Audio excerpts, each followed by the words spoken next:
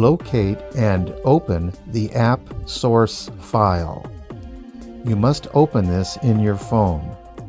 Since I have included this in a text sent to you, all you have to do is double-click on the link.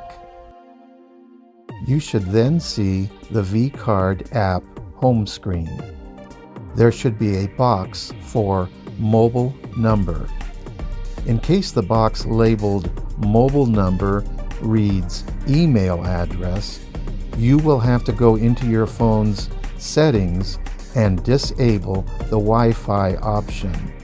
The blue box needs to say mobile number. Next, you need to save the icon to your home screen. To do this on an iPhone, click the box with an upwards arrow at the bottom of your screen.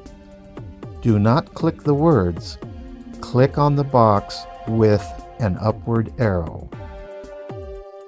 A new window will pop up. There is a black box with a plus in it, and the words Add to Home Screen below it. Click this box.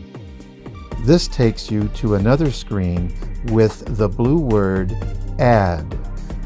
Click Add in the upper right corner.